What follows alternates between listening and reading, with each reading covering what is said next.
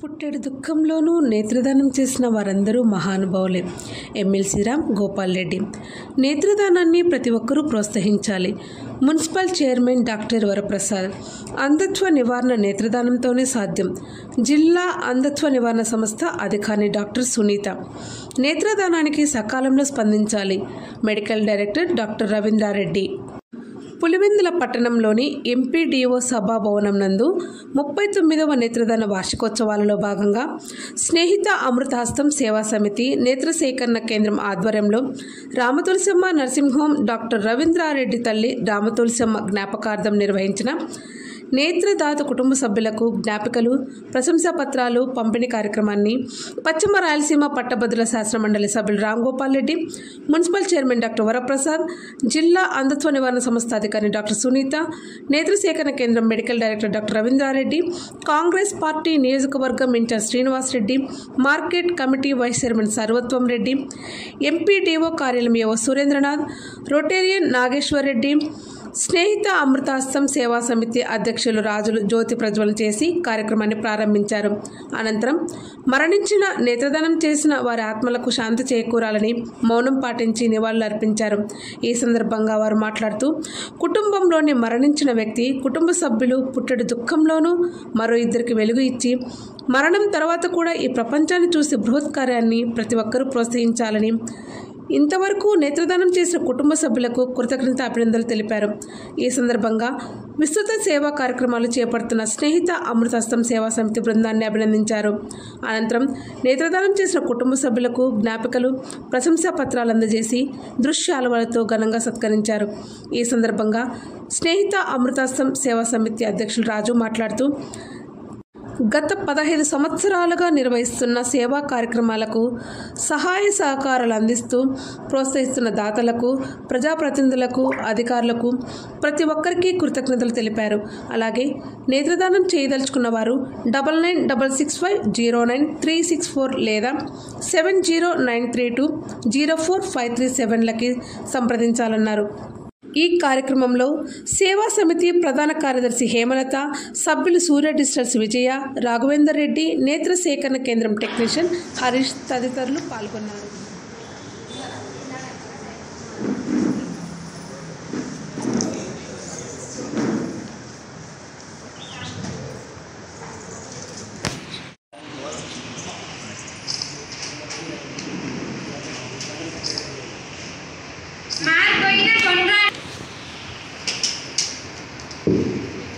Gopanpally Reddamma.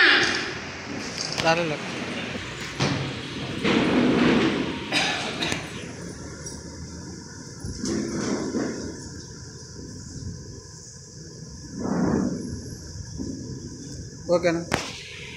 Master Sheikh మహీర్. రాలేక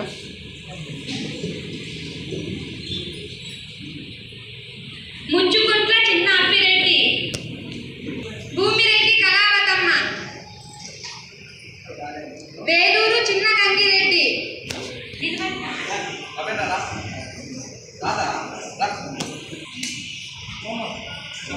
చంపిడి చిన్న సుబ్బారెడ్డి,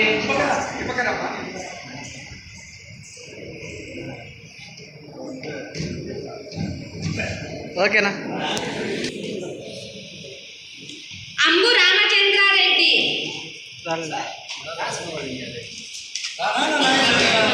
నారాయణ గారి వెంకట శేషయ్య, శ్రీనివాసులు, నిచ్చెనమెట్ల శ్రీనివాసులు, రాలేమా?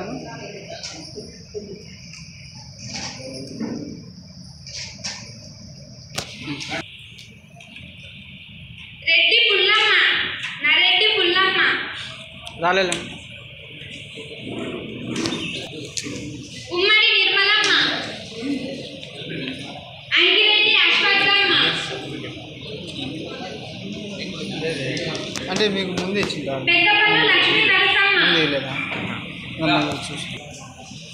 జొన్నలగడ్డ అనసూయమ్మ, జొన్నలగడ్డ అనసూయమ్మ, ఓకేనా?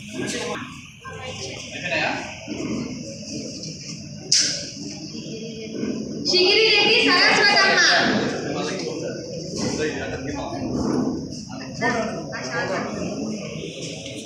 పులిశెట్టి ధనలక్ష్మి, రాలేదు.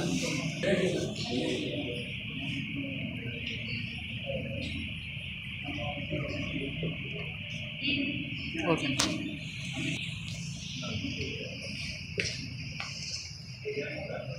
ఓకే.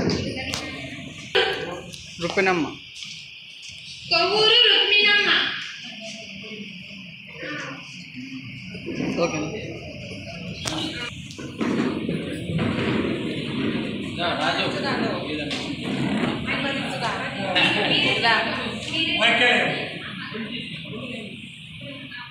ఓకే.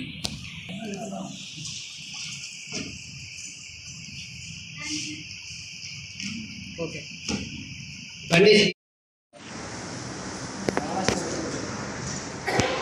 వెంకట సుబ్బారెడ్డి. చప్ప వెంకట సుబ్బారెడ్డి.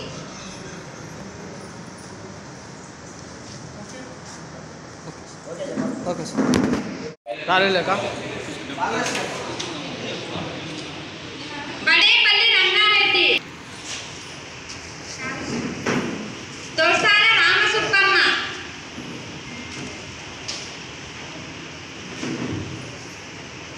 నాగిరెడ్డి సావిత్రి.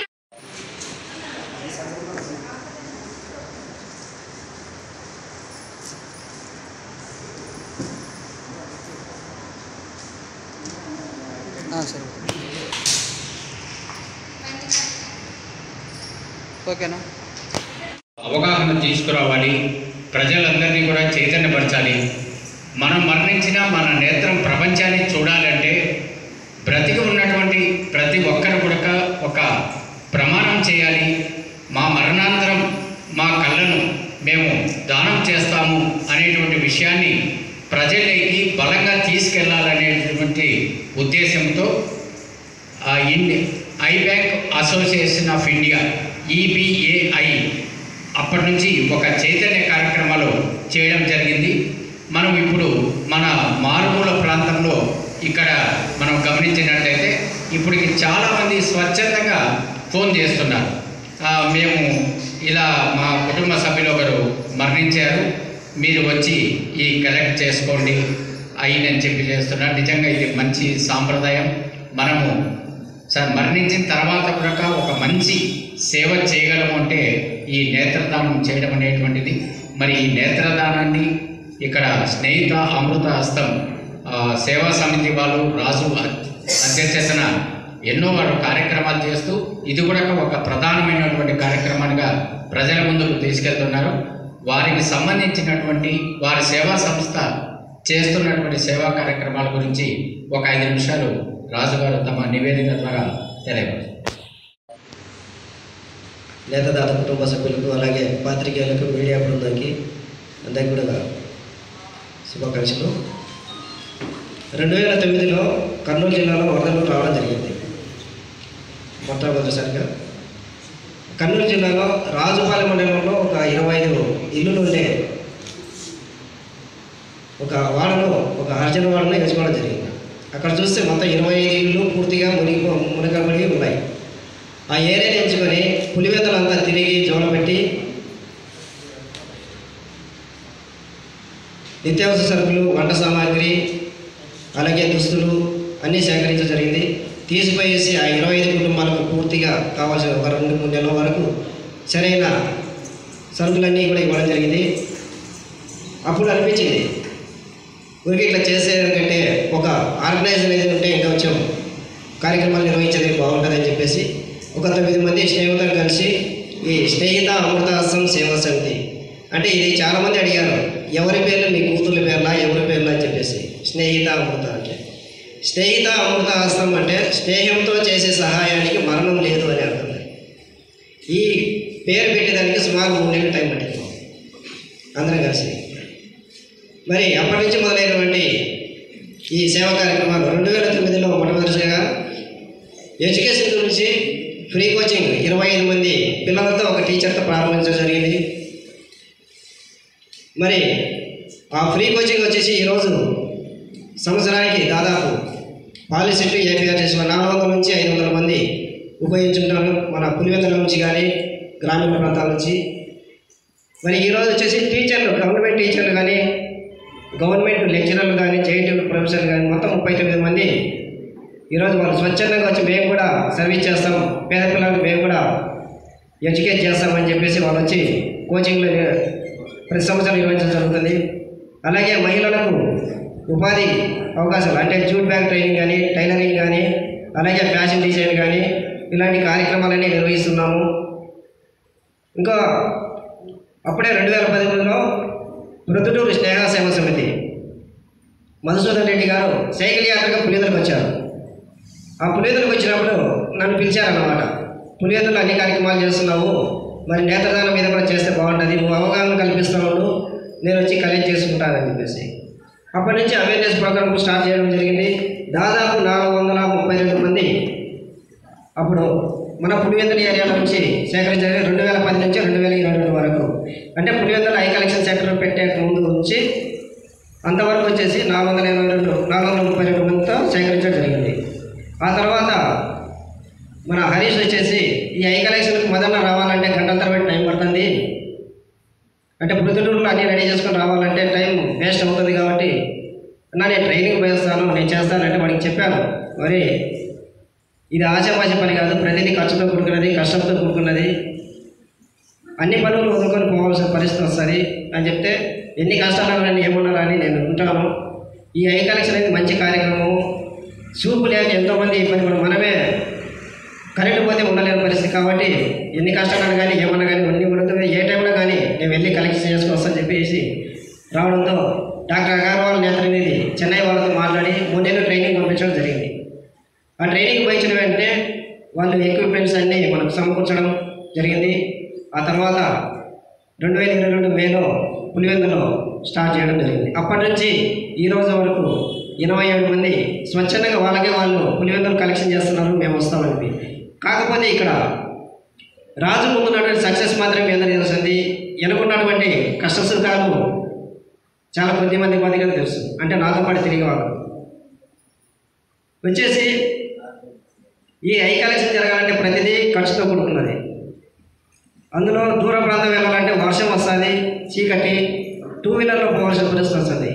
దయచేసి మీలో ఎవరైనా జ్ఞాపకార్థం కానీ ఎట్లా కానీ ఒక 4 వీలర్ కూడా అంటే ఓమ్ని బండి లాంటిది ఏమైనా సహకరిస్తే ఎవరైనా దాతృత్వం చూపించి మరి వస్తే మరి దూర ప్రాంతాలకు కూడా వెళ్ళి కలెక్షన్ చేసుకోవచ్చు. అంటే సరైన సమయానికి చేయడానికి వర్షం రాని ఏమైనా రాని ఆ టయానికి పోయి కరెక్ట్ టయానికి మేము సేకరించడానికి అవకాశం ఉంటుంది. ఇదొకటి మనసులో పెట్టుకోవాలి. అలాగే ఈ కోచింగ్లు కానీ ట్రైనింగ్ సెంటర్లు ఇవన్నీ నిర్వహించుకోవడానికి చాలా ఇబ్బంది పడుతున్నటువంటి సంఘటన చూసిన మన రాజశేఖర్ గుప్తా గారు స్పందించి అన్న అంటే ఒక సంవత్సరంలో ఫ్రీ కోచింగ్ జరగాలంటే ఒకసారి మన వరప్రసాదన కానీ ఇలాంటి వాళ్ళ సహకారంతో సత్రపండ్లో ఒకసారి సత్రపండ్లో అబ్జెక్షన్ చెప్తాను పిల్లలకు ఇబ్బంది కలుగుతుందని. అప్పుడు ఎప్పుడైతే మళ్ళీ ఉర్దూ స్కూల్లో మాట్లాడము, ఆ ఉర్దూ స్కూల్లో కూడా కాదంటే మళ్ళీ మెయిన్ స్కూల్కి రావడం, ఇలాంటివన్నీ గమనించిన మన రాజశేఖర్ వచ్చేసి అన్న నేను ఒక స్థలం ఇస్తాను మీకు, ఆ స్థలంలో మరి బిల్డింగ్ కన్స్ట్రక్షన్ స్టార్ట్ చేసుకుంటామని చెప్పేసి అడిగాడు. ఖచ్చితంగా మీలాంటి దాదాపు 10 లక్షలు విలువ చేసేటువంటి 3 సెంట్ల స్థలము దానం చేయడం జరిగింది. ఆ స్థలంలో ఇప్పుడు బిల్డింగ్ కన్స్ట్రక్షన్ స్టార్ట్ చేయాలని చెప్పేసి మేము ముందుకు వచ్చాము. మరి ఇది దాదాపు 35-40 లక్షలు ఎస్టిమేషన్ అవుతుందని చెప్పేసి ఆలోచన. మరి ఒక్కడితో అయ్యేది కాదు, ఇదంతా అయ్యేది కాదు, ప్రతి ఒక్కరూ తలా చేయగలిగితే ఆ బిల్డింగ్ కన్స్ట్రక్షన్ కూడా స్టార్ట్ అవుతుంది. అక్కడే కోచింగ్ నిర్వహించుకోవడము, ట్రైనింగ్ సెంటర్లు కానీ ఐ కలెక్షన్ సెంటర్ కానీ అక్కడే పెట్టుకొని మరిన్ని సేవలు మన పులివెందుల ఏరియాలో నిర్వహించుకోవడానికి అవకాశం ఉంటుంది. మరి ఈ సందర్భంగా జిల్లా అంధత్వ నివారణ సంస్థ డాక్టర్ సునీత మేడం గారిని వేదిక మీదకి రావాల్సింది కోరుతున్నాను. చేయూతలందిస్తే మన స్నేహిత అమృతాశ్రం సేవా సమితి ద్వారా మరిన్ని సేవా కార్యక్రమాలు అందిస్తామని చెప్పేసి మా తరఫున హామీస్తున్నాము. అలాగే కోవిడ్ టైంలో మీరందరూ చూసే ఉన్నారు, మా మీద నమ్మకం వచ్చి స్నేహిత అమృతాశ్రం సేవా సమితి బృందం మరి మన తహసీల్దార్ అప్పుడు శ్రీనివాస్ సార్ నిత్యావసరాలు ఇవ్వడంలో శ్రీనివాస్ సార్ కానీ మెడికల్ క్యాంపులు పెట్టడంలో మరి మున్సిపల్ కమిషనర్ గారు, ఓఎస్టీ గారు అందరూ కూడా మా మీద నమ్మకం ఉంచి ఎంపీ సార్ కానీ వరప్రసాదన అందరూ నిత్యావసర సరుకులు ఇచ్చేదానికి రెడ్ జోన్లలో మరి నిత్యావసర సరుకులు ఇవ్వాలి, ఇంటింటికి వెళ్ళి కూరగాయలు ఇవ్వాలి అని చెప్పేసి మిగిలిన మన స్నేహిత అమృత హస్తం రాజు గారికి అందరికీ గుడ్ మార్నింగ్ అండి. నేను డాక్టర్ సునీత, జిల్లా అంధత్వ నివారణ సంస్థ కడప జిల్లాకి మేనేజర్ని. ఈ సర్వేంద్రియానం నయనం ప్రధానం అనేది అందరికీ తెలుసు. ఇందులో మీరు చాలామంది మీ ఇంట్లో వాళ్ళ కళ్ళు దానాలు చేశారు. మనకి ప్రతి సంవత్సరం ఆగస్టు 25 నుంచి సెప్టెంబర్ 8 వరకు నేత్రదాన పక్షోత్సవాలు జరుపుకుంటాము. దేశవ్యాప్తంగా జరుపుకుంటాము. దీని ఇంపార్టెన్స్ ఏంటి అంటే ప్రతి కంట్రీలో అంటే మన ఇండియాలో మొదటగా చూపు అంధత్వం మొదట ఎందువల్ల వస్తుందంటే దృష్టి సమస్యల వలన వస్తుంది. అంటే దూరదృష్టి, దగ్గర దృష్టి, ఈ దృష్టి సమస్యల వస్తుంది. రెండో అతిపెద్ద కారణం నల్లగుడ్డు లోపాల వలన వస్తుంది. రెండవ కారణం ఈ నల్లగుడ్డు లోపాలు ఎందుకు వస్తుందంటే పుట్టినప్పుడు నల్లగుడ్డు తెల్లగా అయిపోయి పుట్టడం వల్ల కానీ, లేకపోతే పొలాల్లో పనిచేసినప్పుడు కంట్లో రసాయనాలు పట్టడము, లేదంటే పొలం పనులకు వెళ్ళినప్పుడు గడ్డి, దురద, లేకపోతే జీవాలు వాటి తోకలు అవి తగిలించడం వల్ల కానీ అట్లాంటి వాటి వల్ల నల్లగుడ్డు డ్యామేజ్ అవుతుంది. ఇది కాకుండా కొంతమందికి సర్జరీల తర్వాత కానీ, లేకపోతే ఇంకా ఏదైనా ఇన్ఫెక్షన్ అయినప్పుడు నల్లగుడ్డు తెల్లగా అయిపోతుంది. ఇలా తెల్లగా అయిపోయిన నల్లగుడ్ల నుంచి కాంతి కిరణాలు కంటి లోపలికి వెళ్ళవు. అట్లాంటప్పుడు ఎవరైనా మనం చనిపోయినప్పుడు మన కన్ను డొనేట్ చేస్తే దానిలో నుంచి కాంతి కిరణాలు వెళ్ళి చూపు లేని వారికి కూడా చూపు వస్తుంది. అయితే ఎవరు డొనేట్ చేయొచ్చు, ఎవరికి డొనేట్ చేయొచ్చు అనేది, ఎవరైనా డొనేట్ చేయొచ్చు. వయసుతో సంబంధం లేదు. ఆడవారైనా, మగవారైనా, పిల్లలైనా చేయొచ్చు. షుగరు, బీపీ అలాంటివి ఉన్నా, ముందు అద్దాలు పెట్టుకునే వాళ్ళైనా, లేకపోతే ముందు శుక్లం ఆపరేషన్లైనా అలాంటి వాళ్ళు ఎవరైనా డొనేట్ చేయొచ్చు. ఈ డొనేషన్ ఎప్పుడు చేయొచ్చు అంటే మనిషి మరణించిన తర్వాత 6 గంటల్లోపే డొనేట్ చేయాలి. ఈ డొనేట్ చేయాలనుకున్న వాళ్ళు బాడీని ఫ్రీజర్లో పెట్టాలి. ఫ్రీజర్ కానీ కూలర్ కానీ ఉన్నప్పుడే పెట్టాలి. ఇట్లా ఎయిర్ గ్రేడ్ కానీ ఫ్యాన్ కింద కానీ పెట్టకూడదు. అలా పెట్టడం వల్ల నల్లగుడ్డు ఎండిపోతుంది, అది పనికిరాదు తీసిన. కాబట్టి ఫ్రీజర్లో కానీ పెట్టాలి. మనిషి మరణించిన వెంటనే వీళ్ళకి ఇన్ఫార్మ్ చేస్తే వీళ్ళు 6 గంటల్లోపు కలెక్ట్ చేసుకోవాలి. ఒకవేళ అలా వీలు కాని పక్షంలో వెంటనే చల్లని కాటన్ దానిలో ఐస్ మక్కలు కానీ వేసి కన్ను మూసి దాని మీద పెట్టాలి. అలా కొంచెం కూలింగ్ వస్తుంది ఒకవేళ ఫ్రీజర్ లేకపోతే. అలాంటి ఐని కలెక్ట్ చేసి వీళ్ళు స్టోర్ చేస్తారు. స్టోర్ చేసి వెంటనే చెన్నై కానీ హైదరాబాద్ కానీ పంపిస్తారు. అక్కడ వాళ్ళ నల్లగుడ్డు పనికి వస్తుందా లేదా అని దానిలో టెస్టులు చేస్తారు. దీంతోపాటు 10 ml బ్లడ్ కూడా కలెక్ట్ చేస్తారు. ఈ బ్లడ్లో ఉండే ఏమైనా ఇన్ఫెక్షన్స్ ఉన్నాయని టెస్ట్ చేసి ఆ నల్లగుడ్డు పనికి వస్తుందా లేదా అని ఫస్ట్ టెస్ట్ చేసి దాన్ని ఐ బ్యాంక్లో ప్రిజర్వ్ చేస్తారు. ఈ ఐ బ్యాంక్లో ప్రిజర్వ్ చేసిన తర్వాత ఎవరికైతే అవసరం ఉంటుందో దానిలో సీనియారిటీ లిస్ట్ ప్రకారం ముందు ఎవరైతే ఉంటారో, ఎవరికైతే త్వరగా అవసరం ఉంటుందో వాళ్ళకి ఆ కన్నుని అమరుస్తారు. దీనిలో డొనేట్ చేసిన వాళ్ళ ఇన్ఫర్మేషన్ కానీ, తీసుకున్న వాళ్ళ ఇన్ఫర్మేషన్ కానీ ఎవరికి ఏమీ తెలియదు. ఇందులో డబ్బుకు సంబంధించింది ఏమీ లేదు. రిసీవ్ చేసుకున్న వాళ్ళకు కూడా నేషనల్ కంట్రోల్ ఆఫ్ బ్లైండ్నెస్ ప్రోగ్రాంలో ఫ్రీ ఆఫ్ కాస్ట్తో ఇస్తున్నారు.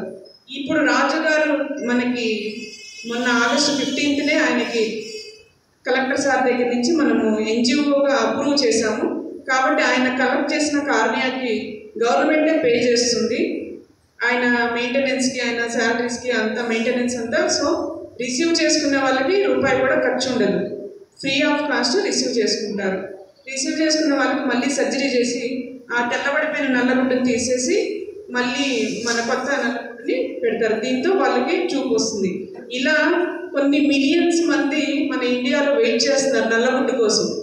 ఒక మనిషి మరణిస్తే ఆయన నుంచి 2 చూపు పొందే అవకాశం ఉంది. సో దీన్ని బట్టి ఐ డొనేషన్స్ ఎక్కువైతే మనకి కడపలో ఇంతకుముందు ప్రొద్దుటూరులో చేసేవాళ్ళు, రాజుగారి మిత్రులే చేసేవాళ్ళు. ఆయన కొన్ని అనివార్య కారణాల వల్ల ఈ ఐ బ్యాంక్ చేయట్లేదు. కొన్ని సంవత్సరాల నుంచి మనకి కడపలో ఎక్కడ ప్రిజర్వ్ చేయడానికి కూడా లేదు. దీంతో మన రాజుగారు ముందుకు రావడం వల్ల దీన్ని మనకి మరింత ప్రోత్సహించి కలెక్టర్ గారి దృష్టికి తీసుకెళ్ళి దీనికి పర్మిషన్ ఇప్పించాము. ఇది ఇంకా ఎక్కువ రోజులు ఎక్కువ మంది డొనేట్ చేస్తే దీన్ని ఇంకా పెద్ద లెవెల్లో మన దగ్గరే ప్రిజర్వ్ చేసుకొని మన కడప జిల్లాలో వాళ్ళకి, మన చుట్టుపక్కల వాళ్ళకి ఉపయోగపడేలాగా చేసుకోవాలంటే ఒక ఐ బ్యాంక్ పెట్టుకోవాలి. ఈ ఐ బ్యాంక్ పెట్టుకోవాలంటే బ్యాంకు పెట్టుకునే అన్ని డొనేషన్స్ ఉంటేనే మనకి ఐ బ్యాంక్ పెట్టుకునే పర్మిషన్స్ ఇస్తారు. అంటే మనం కడప జిల్లాలో అన్ని కార్నియాలు కలెక్ట్ చేసుకోగలిగితేనే మనకి బ్యాంకుకి మనం పర్మిషన్ అప్రూవ్ చేసుకోవచ్చు. కాబట్టి ఈ నేత్రదానాన్ని అందరూ ఇంకా మీ చుట్టుపక్కల వాళ్ళకి మీరు మరింత మందికి చేరవేర్చాలని, ఇన్ఫర్మేషన్ అందరూ డొనేట్ చేయాలని కోరుకుంటున్నాను. ఈ అవకాశం ఇచ్చిన పెద్దలందరికీ ధన్యవాదాలు. Thank you. సమావేశంగా తీసుకువచ్చిన పెద్దలు నాగేశ్వరన్న గారికి, ముఖ్య అతిథిగా చేసిన మున్సిపల్ చైర్పర్సన్ వరప్రసాద్ గారికి, శ్రీనివాసరెడ్డి గారికి, డాక్టర్ రవీంద్రారెడ్డి గారికి, సర్వోత్తమ్ రెడ్డి గారికి, డాక్టర్ అమ్మ గారికి, అదేవిధంగా గత అనేక సంవత్సరాలుగా పులివెందుల పట్టణంలో అనేక సేవా కార్యక్రమాలు చేపడుతున్న స్నేహిత అమృత సంస్థం వ్యవస్థాపకులు రాజు గారికి, ఇక్కడికి చేసిన వీళ్ళందరికీ కూడా హృదయపూర్వక నమస్కారం తెలియజేస్తున్నాను.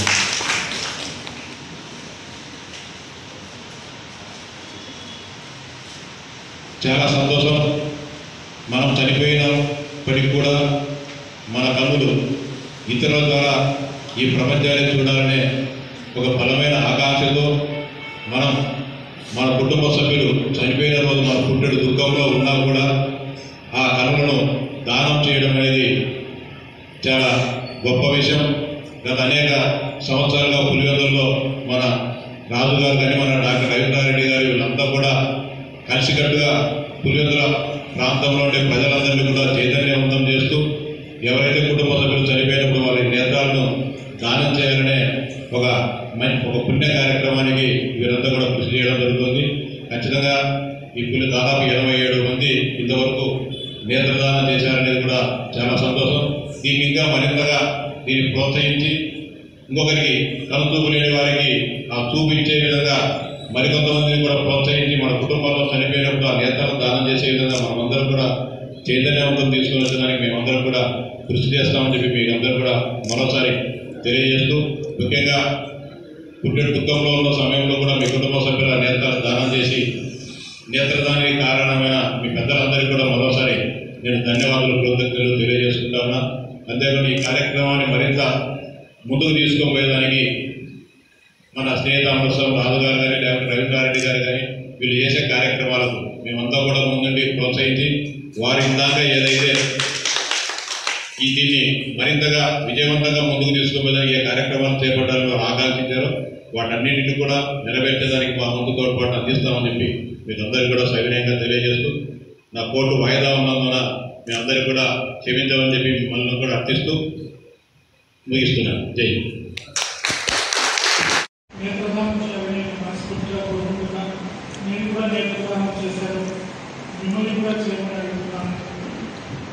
ఇకపోతే రాజు కొన్ని అడిగాడు, మా ప్రాంతం తరఫున కావచ్చు, మా వ్యక్తిగతంగా కూడా కావచ్చు, రాజుకు అన్ని విధాల సహాయ సహకారాలు అందిస్తూ రాజు పూర్తిగా అభినందిస్తున్నాను. ఇలాంటి మంచి కార్యక్రమాలు చేస్తున్నందుకు రాజుకు ఇప్పుడే నేను నా వ్యక్తిగతంగా నేను 10,000 రూపాయలు మీకు ఇస్తానని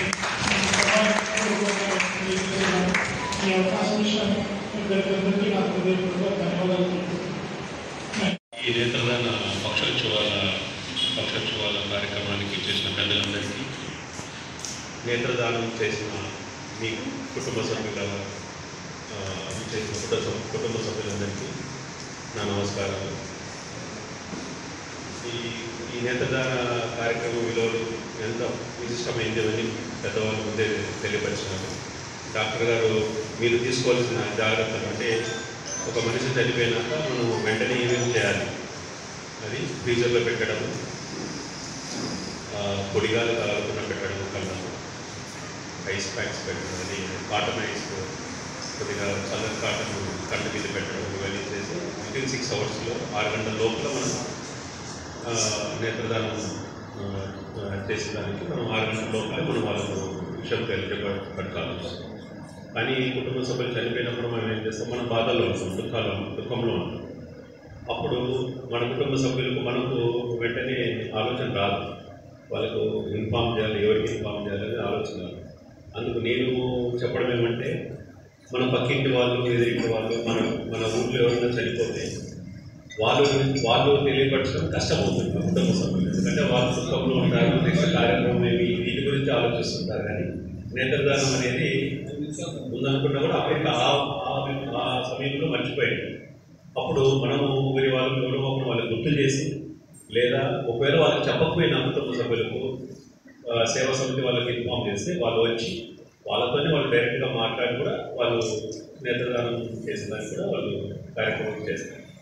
అది ముఖ్యంగా మనం మర్చిపోతాం ఆ సమయంలో. దాని గురించి ఒకటి ఇవ్వండి. ఇంకా ఇంకా ఈ కార్యక్రమం జరుగుతుంది, కానీ ఒక ప్రశంసాపత్రము ఇట్లా మెమోంట్ ఇస్తే బాగుంటుంది సార్ అనేసి రాజు నా దగ్గర విషయం చెప్పాడు. ఇట్లా చేస్తే బాగుంటుంది సార్, ఇంకా మనం దాన్ని కార్యక్రమం గుర్తించినట్టు అవుతుంది. ప్రజలందరూ కూడా ఇంకా మనం ఎక్కువ మంది చేస్తారు. వాళ్ళ ఇంట్లో ఆ మెమోంట్లో ఉంటే చూసి ఏం ముందుకు వచ్చిన మూమెంట్ అని అడుగుతారు. ఇలా చేస్తామంటే ఆ మూమెంట్లో 10 మందికి తెలియపరుస్తుంది.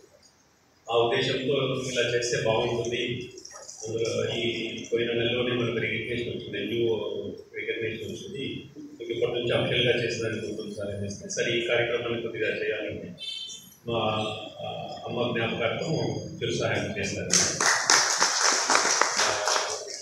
అట్లే ఇంకా రాజు కోరికలు చాలా ఉన్నాయి, కోరికలు చెప్పవచ్చు. కార్యక్రమాలు చేసేదానికి చాలా అడుగుతున్నాడు. బట్ దానికి ఆర్థికంగా చాలా కష్టం అండి ఒకసారి అంటుంటాడు. అవన్నీ కూడా 1 by 1 సార్ చెప్పినట్టు, పెద్దవాళ్ళు చెప్పినట్టు 1 by 1 అన్ని పార్టీ వాళ్ళు సహకరించి, ఒకరికి కాదు అన్ని పార్టీ వాళ్ళు సహకరించి, ఎందుకంటే మన కొలువులలో తక్కువ సేవా ఉన్నాయి. సో వాళ్ళందరికీ కూడా మనం సహకారం అందించి ఇంకా మన ప్రాంత ప్రజలందరికీ ఉపయోగపడేటట్టు రాజు సేవ ఉపయోగపడేటట్టు చేయాలని పెద్దలందరినీ నేను ఈ సభాముఖంగా కోరుకుంటున్నాను. ధన్యవాదాలు. అందరికీ నమస్కారం. ఈ ఐ డొనేషన్ సర్టిఫికేట్ కార్యక్రమానికి ఇచ్చేసిన పెద్దలకు, ఇక్కడ నేత్రదానం చేసిన వాళ్ళ కుటుంబ సభ్యులకు అందరికీ నా శిరస్సు నుంచి నమస్కారం తెలుపుకుంటున్నాను. ముఖ్యంగా మన అవయవాలలో ముఖ్యమైనది మనం కంటి చూపే.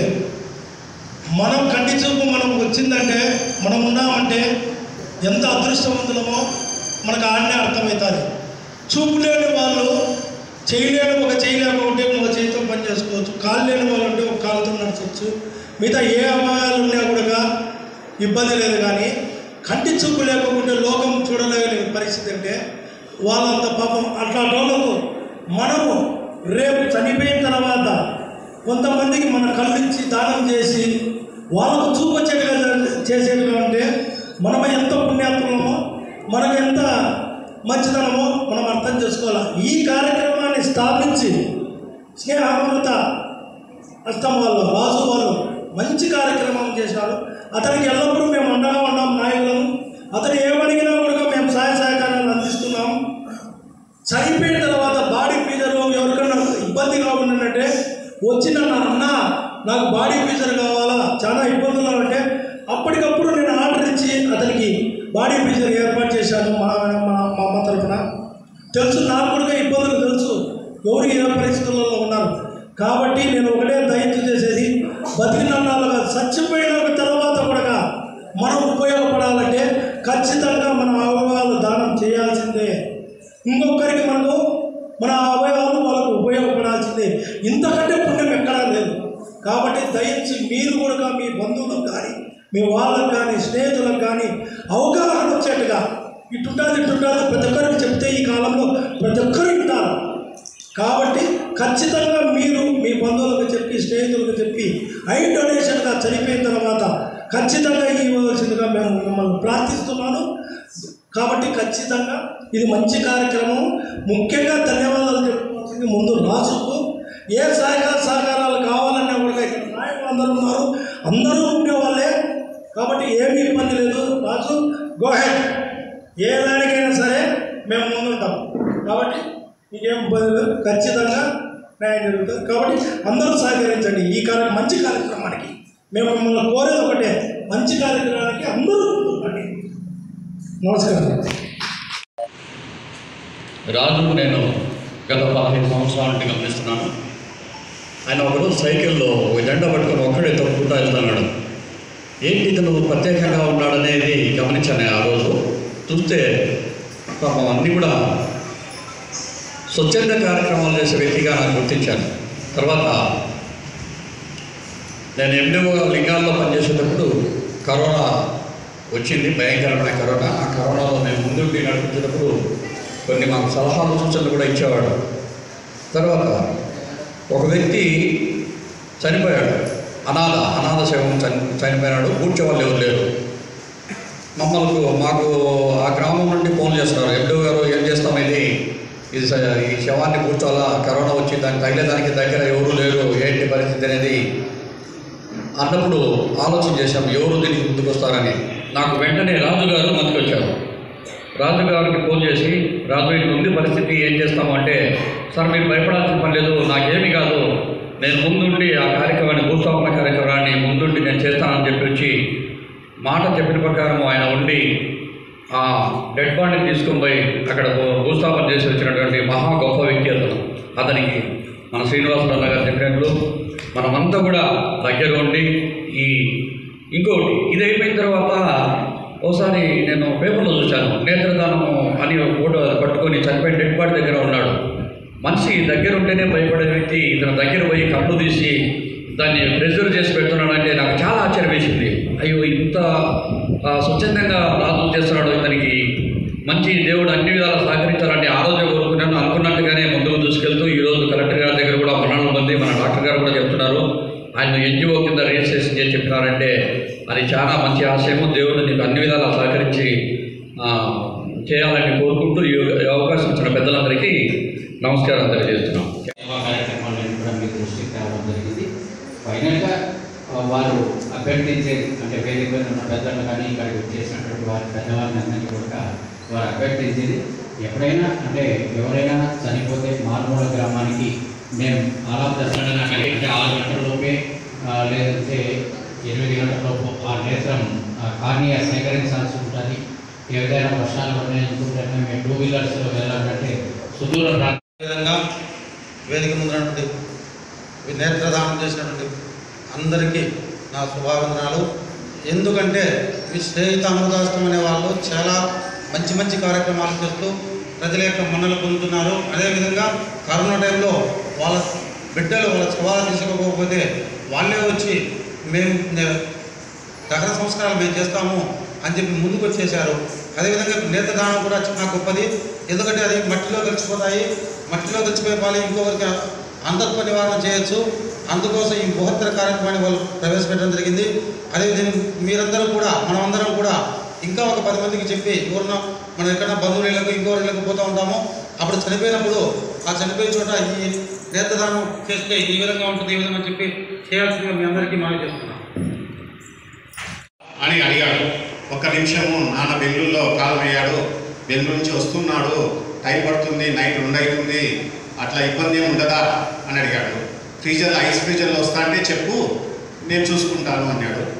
అన్న ఫోన్ చేసి ఇట్లా అడుగుతున్నారు అంటే వెంటనే ఏం ఆలోచన చేయొద్దు, చేసేయి నేత్రాన్ని దానము వాగ్దానం ఇచ్చేయి అన్నాడు. అన్నకు రాజన్నకు చెప్తే నైట్ 2 గంటలకు వస్తాడన్నా, మీకు ఆ టైంలో మీరు అబ్జెక్షన్ ఏమి ఉండదు కదా అంటే నువ్వు నా విషయం చెప్పి చాలన్నాడు. 2:25కు వస్తే 2:45కు ఆయన కిట్టు తీసుకొని వచ్చేసాడు. ఆయన వెంటనే వచ్చేసాడు.